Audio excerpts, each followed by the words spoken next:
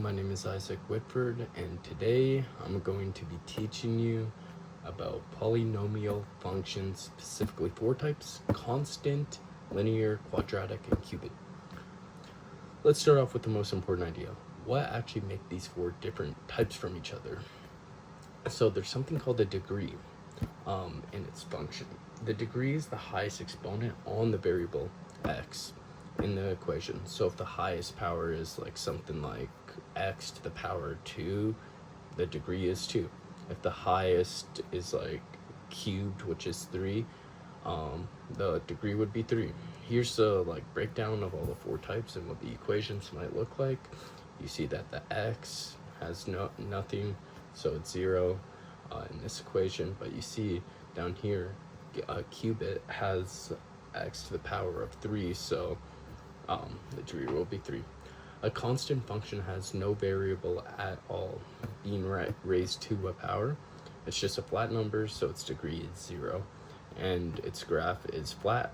A horizontal line, a linear function, has an x to the power of 1, so its degree is 1, and so on and so forth. So here's an example of what they would look like. So for example, with constant, you see it has no power, so it's just x, just straight x to the power 2. And then here's where the fun part happens with cubit.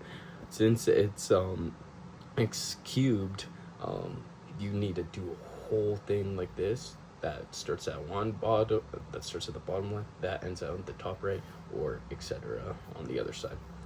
So there's the intro to this lesson.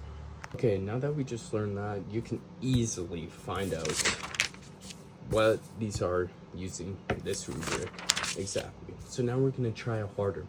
Let's put all these together, and now let's start working backwards. From a description of a graph's behavior to figure out what type of function must be without ever being shown the actual equation, like I wrote down earlier.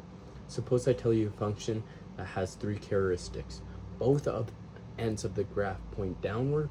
Both the graph crosses the x-axis at exactly 2 points and has exactly 1 turning point, meaning one single point on the graph. What type of function is this? Let's reason through it step by step. So this is the question right here. So we know both ends end in the same direction, downward. We know from what we just learned, and that needs to be an even degree function. Second, one turning point matches the pattern we noticed earlier from the quadratics, which even exactly one bend. So not like the cubic one where it went like this. It's talking about one bend. Put those two clues together and the function has to be quadratic. So let's write quadratic. It has to be opening downwards. Since it was going like this, opening downward. So that's how we work for an equation working backwards.